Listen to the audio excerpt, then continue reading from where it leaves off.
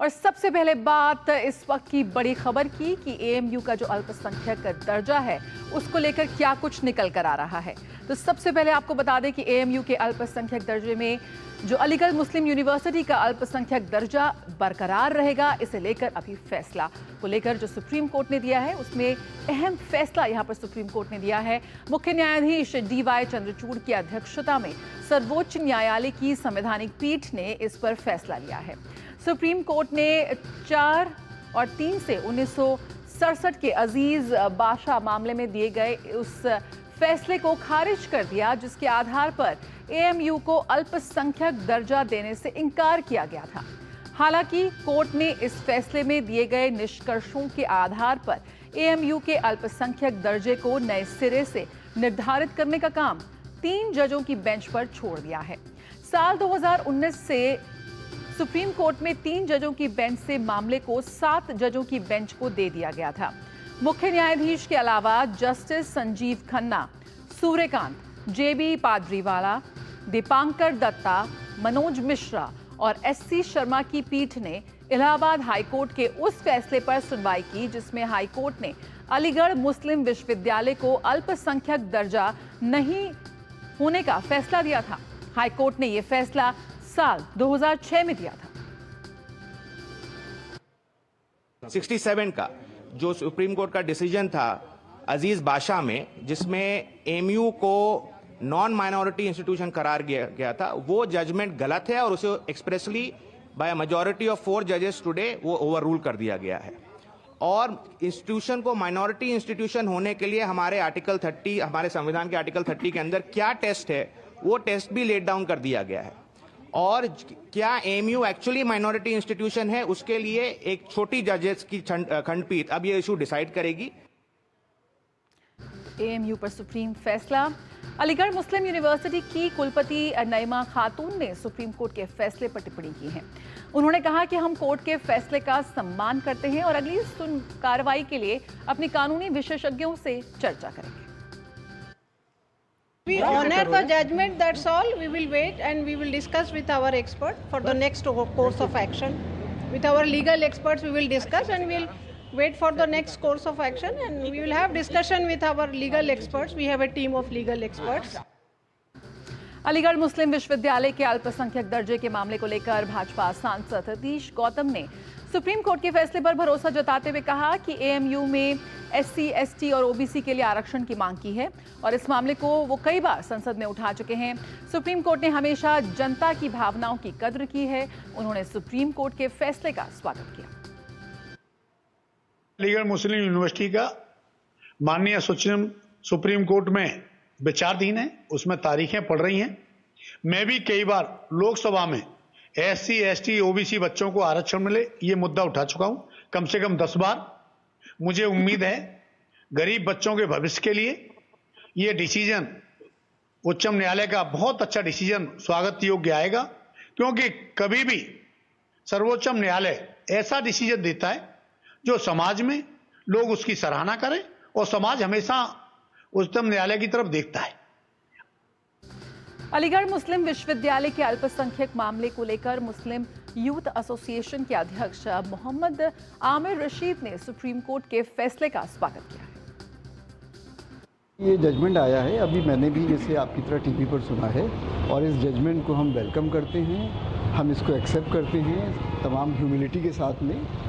और आगे की तो कोई भी चीज़ नहीं कही जा सकती जब तक कि पूरा जजमेंट नहीं पढ़ा जाए, लेकिन इसको अगर हम 2 जुमलों में बात करें, 2 वाक्यों में, तो इसको हम एक्सेप्ट करते हैं और इसको हम वेलकम करते हैं। बहुत अहमियत है एएमयू में जितने भी लोग हैं उनके लिए और उनको खुशी है इस बात की कि भाई ये जजमेंट आया है। और विकास सारथी इस वक्त हमारे साथ जुड़ रहे हैं और जानकारी के साथ। विकास, सबसे पहले जानना चाहेंगे कि क्या कुछ कहा अदालत ने आज? बिल्कुल, देखिए सुप्रीम कोर्ट में 4 जजों ने 7 जजों की। तो विकास हमारे साथ अभी जुड़ेंगे, लेकिन आपको बता दें कि एएमयू का जो अल्पसंख्यक दर्जा है वो अब नए सिरे से एक बेंच इसको तय करेगी। जी विकास, आपको मेरी आवाज मिल रही है? विकास, आपको मेरी आवाज मिल रही है? बिल्कुल। जी विकास, बिल्कुल, जैसा मैं आपको शुरू से पहले शुरू बता कीजिए। हाँ। जैसा मैं आपको बता रहा था कि जो बहुमत का फैसला है उसने 1967 का सुप्रीम कोर्ट का जो संविधान पीठ का फैसला था उस और यह है कि जो उस वक्त सुप्रीम कोर्ट की फाइंडिंग रही थी कि एएमयू माइनॉरिटी इंस्टीट्यूशन नहीं है क्योंकि इसकी स्थापना एक सेंट्रल एक्ट के जरिए हुई है। कोर्ट ने कहा कि केवल इस आधार पर किसी संस्थान को अल्पसंख्यक संस्थान मानने से इनकार नहीं किया जा सकता। उसके पीछे एक पूरी पृष्ठभूमि होती है, उसका पूरा एक हिस्टोरिकल बैकग्राउंड होता है। किस उद्देश्य से ये संस्थान स्थापित किया गया, उसका एडमिनिस्ट्रेशन कौन देखता है, उसको लेकर के क्या नियम कानून है, ये बहुत सारी चीजें हमको देखनी होंगी। और इसके अलावा जो एक आर्टिकल 30 जो है, जो माइनॉरिटी इंस्टीट्यूशन स्थापित करने और उनको चलाने के लिए जो अधिकार देता है लोगों को, उसकी व्याख्या भी सुप्रीम कोर्ट ने यहाँ पर एक विस्तृत तौर पर की है। लेकिन कोर्ट ने सीधे सीधे एएमयू को माइनॉरिटी इंस्टीट्यूट आज घोषित नहीं किया। कोर्ट ने कहा कि हमने सिद्धांत यहां पर रख दिए हैं, प्रिंसिपल ले डाउन कर दिए हैं। इनके आधार पर एक 3 जजों की बेंच ये अंतिम निष्कर्ष पे देगी या फैसला देगी कि क्या एएमयू माइनॉरिटी इंस्टीट्यूशन की इन परिभाषाओं के दायरे में आता है या नहीं आता है। अजीज बाशा मामले में जो सबसे बड़ा सवाल जो वहां पर एड्रेस किया गया था, वो उन्होंने ये कहा था कि क्योंकि 1920 में एक पार्लियामेंट एक्ट के जरिए इसको यूनिवर्सिटी की शक्ल दी गई थी, इसीलिए इसको माइनॉरिटी इंस्टीट्यूशन नहीं माना जा सकता। तो यहाँ पर सुप्रीम कोर्ट ने कहा कि बहुत ही नैरो व्याख्या की गई है, जो पूरे इस मामले में सुप्रीम कोर्ट में अजीज बाशा मामले में जो की गई है वो एक बहुत ही नैरो नजरिए के साथ की गई है। हमको बहुत सारे फैक्टर्स को ध्यान में रखना होगा और उसके आधार पर ही तय किया जाना चाहिए कि कौन सा संस्थान माइनॉरिटी इंस्टीट्यूशन की परिभाषा के दायरे में आता है या नहीं आता है।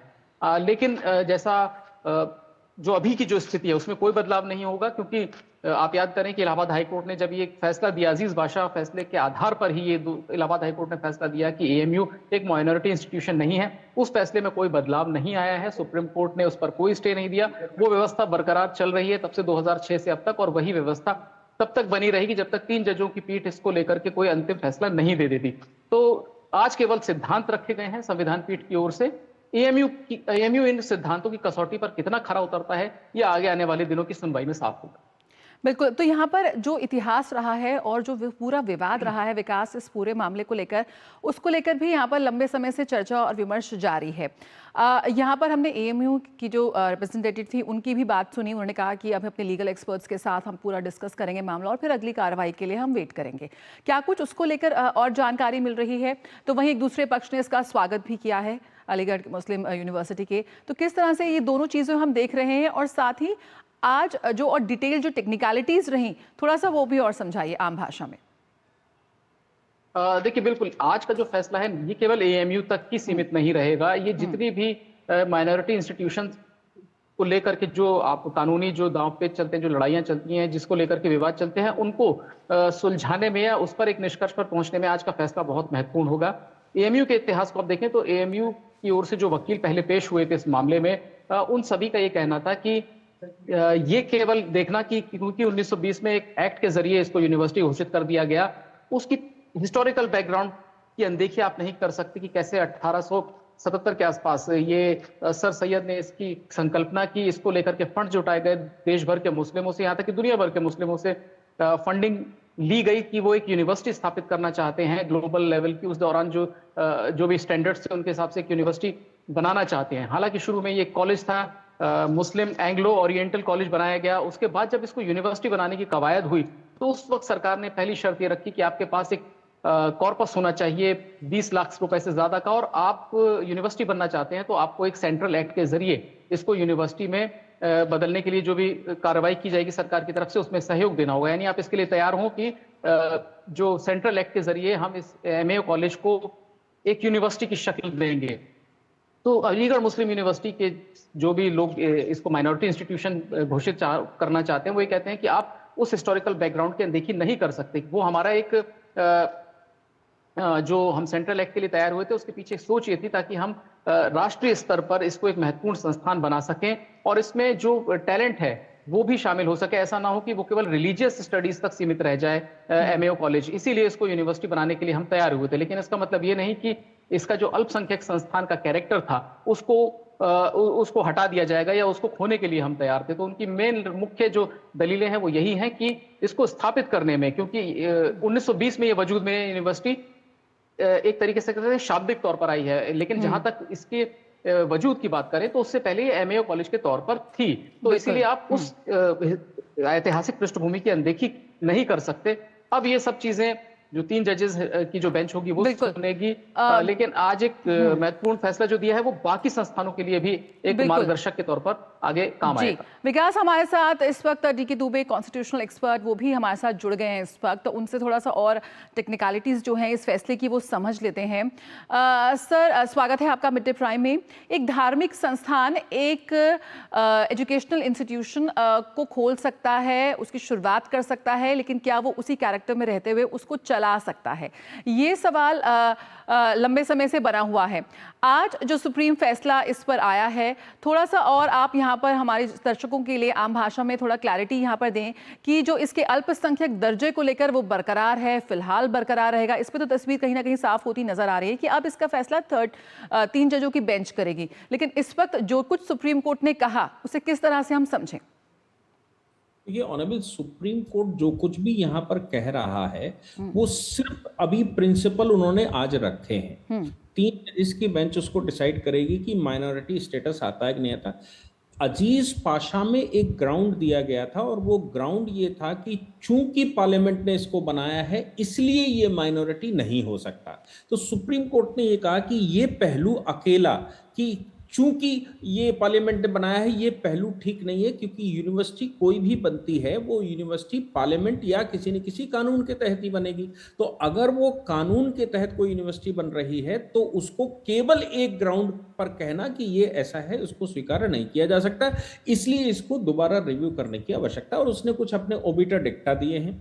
ओबिटर डिक्टा से मतलब हमारा ये है कि उसने कुछ अपनी ही बात कही है कि भाई मेरी अंडरस्टैंडिंग ये है। अब 3 जजेस की बेंच उसको डिफाइन करेगी, लेकिन यहां पर जो बहुत महत्वपूर्ण बात है कि अगर अजीज पाशा और 1981 और ये जो मलय शुक्ला का जजमेंट है जिसको चैलेंज किया गया है, ये अगर फिर से 3 जजेस की बेंच को ये लगता है कि नहीं कन्फ्लिक्टिंग है तो वो फिर चीफ जस्टिस के पास भेजेगा और अब की बार हो सकता है कि 9 की बेंच बिठानी पड़े। इसलिए अभी किसी भी निर्णय पर 3 जजेस की बेंच भी कोई निर्णय कर पाएगी ये भी मुझे अभी डाउट है, क्योंकि ग्राउंड केवल बताए हैं, उन ग्राउंड्स पर डाउट अभी आना बाकी है। अभी डाउट उस पर आएंगे तो फिर से 3 जजेस की बेंच उसको फॉरवर्ड करने में कर सकती है। लेकिन हाँ, ये बात जो नहीं हम ध्यान दे पा रहे हैं वो ये है कि 1951 में इसका माइनॉरिटी स्टेटस खत्म क्यों किया गया। वो इसलिए खत्म किया गया क्योंकि जो फैक्टर हिस्टोरिकल है उसके साथ एक और बड़ा हिस्टोरिकल फैक्टर है, वो है 1947 में पार्टीशन, यानी कि पार्टीशन का जो एक्ट आया जिसके तहत माइनॉरिटी सब पाकिस्तान चली गई। यही कारण था कि उस समय की सरकार को यह निर्णय लेना पड़ा कि यहां पर जो यूनिवर्सिटी बनी है भले ही वो उन लोगों ने बनाई हो जो पाकिस्तान चले गए हैं, क्या वो अब माइनॉरिटी रह सकती है पार्टीशन के बाद भी। इसलिए 1951 में यह संशोधन करना पड़ा कि यह माइनॉरिटी नहीं रह सकती, इसलिए माइनॉरिटी स्टेटस इसका खत्म किया जाता है। बस वहां पर जो गड़बड़ हुई वो ये हुई कि मुस्लिम नाम हटाया नहीं गया। इसके बाद फिर दोबारा संशोधन हुआ और उस संशोधन में यह तय किया गया कि नहीं, इसमें जो गवर्निंग बॉडी है जिसमें केवल मुसलमान हो सकते हैं वो भी यहां नहीं चल सकती, क्योंकि पार्टीशन होकर पाकिस्तान बनाया जा चुका है। जितने आर्गुमेंट चल रहे हैं वो अनडिवाइडेड भारत के चल रहे हैं कि अनडिवाइडेड भारत में ये कुछ हो रहा था। लेकिन अब जब डिवाइडेड भारत है और अब ये जो भारत बचा है, इस भारत में क्या वो आर्गुमेंट स्वीकार किया जा सकता है जो 1920 का आर्गुमेंट था जब अनडिवाइडेड था। 1947 के बाद का आर्गुमेंट करने की आवश्यकता मुझे लगता है, और वो अभी चैलेंज होगा, निश्चित रूप से वो प्लीडिंग में जाएगा। इसीलिए 51 में स्टेटस खत्म किया गया। अब स्टेटस जब खत्म कर दिया तो फिर चैलेंजिंग बात आती है। तो बात वहां पर आई थी अजीज पाशा में कि साहब जो प्रॉपर्टी है वो मेरी अपनी है, मेरी पर्सनल है, क्योंकि हम लोगों ने बनाया था। तो उन्होंने कहा नहीं, वो एक कॉर्पोरेट बॉडी है और कॉर्पोरेट बॉडी होने के नाते वो यूनिवर्सिटी की प्रॉपर्टी है, किसी इंडिविजुअल मुस्लिम की प्रॉपर्टी नहीं है। ये अजीज पाशा है और इसीलिए उन्होंने वहां पर कह दिया कि कोई माइनॉरिटी स्टेटस नहीं। लेकिन 1981 में जब इसको पुनः माइनॉरिटी स्टेटस दिया गया, आप देखिए 51 to 81 केवल 30 सालें हुए हैं। 30 साल पहले पार्टीशन हुआ और 30 साल बाद फिर से इसको यूनिवर्सिटी को माइनॉरिटी स्टेटस दे दिया गया। ये माइनॉरिटी स्टेटस ये जो सुलभ शुक्ला है, जो केस अभी सुप्रीम कोर्ट में आया, इसको इलाहाबाद हाई कोर्ट ने कहा कि 81 का जो माइनॉरिटी स्टेटस प्रोवाइड करने का लेजिस्लेशन है ये अवैधानिक है, इसको हम स्वीकार नहीं करते, अजीज पाशा ही बरकरार रहेगा। सुप्रीम कोर्ट में केस आ गया। सुप्रीम कोर्ट अब उसमें ये कह रहा है कि अजीज पाशा में जो एक ग्राउंड की, चूंकि ये माइनॉरिटी इंस्टीट्यूशन बनाया गया था पार्लियामेंट से, वो ग्राउंड हमको स्वीकार नहीं है, वो ठीक नहीं है। लेकिन आर्टिकल 30 के तहत किसी माइनॉरिटी ने कोई यूनिवर्सिटी स्टेट इस्टेब्लिश की है, ये भी एक सोल ग्राउंड नहीं हो सकता कि वो माइनॉरिटी को कुछ लोग। बिल्कुल, अनुच्छेद 30 का यहाँ पर हवाला दिया जा रहा है दुबे जी, तो वहां से अनुच्छेद 30 का हवाला दिया जा रहा है, उसको लेकर क्या कुछ, हाँ बताइए। मैं यही कह रहा हूं कि आर्टिकल 30 का इसमें हवाला दिया गया, तो कोर्ट ये भी कह रहा है कि खाली ये कह देना कि कुछ मुस्लिम्स ने बनाया है वो भी सोल ग्राउंड नहीं है। कुछ हिंदू बनाएंगे, कोई गवर्निंग बॉडी होगी, कोई व्यक्ति किसी न किसी रिलीजन का तो होगा। अगर राष्ट्रपति उस समय मुस्लिम हो तो क्या सारे देश में जितने कानून पास हुए हैं वो सब मुस्लिम हो जाएंगे? कोई राष्ट्रपति किसी पार्टिकुलर रिलीजन का हो तो क्या सब वो उसके ही हो जाएंगे क्योंकि उसने पास किया? ये ग्राउंड भी ठीक नहीं है। इसलिए इसको हमारे जो प्रिंसिपल्स हैं या जो हमारे ग्राउंड्स हैं, जो मेरी अंडरस्टैंडिंग है वो ये है। अब 3 जजेस की बेंच इस पर तय करेगी कि ये माइनॉरिटी स्टेटस बरकरार रहेगा या नहीं रहेगा, माइनॉरिटी इसकी स्टेटस इसकी नेचर माइनॉरिटी है कि नहीं है। मैं लगातार कह रहा हूं कि 1951 का ग्राउंड पार्टीशन है। पार्टीशन को यहां पर याद किए बगैर इसका स्टेटस तय ही नहीं किया जा सकता, क्योंकि पाकिस्तान जो 10.5 लाख स्क्वायर किलोमीटर का बन गया और वहां तमाम तरह की लाहौर यूनिवर्सिटियां सही सब चलेंगी, वो क्या सब चलेगी ऐसी दान में? बिल्कुल। तो यहाँ पर बहुत ही अहम फैसला। बहुत बहुत शुक्रिया आप दोनों का हमारे साथ जुड़ने के लिए मिड डे प्राइम में। फिलहाल यहाँ पे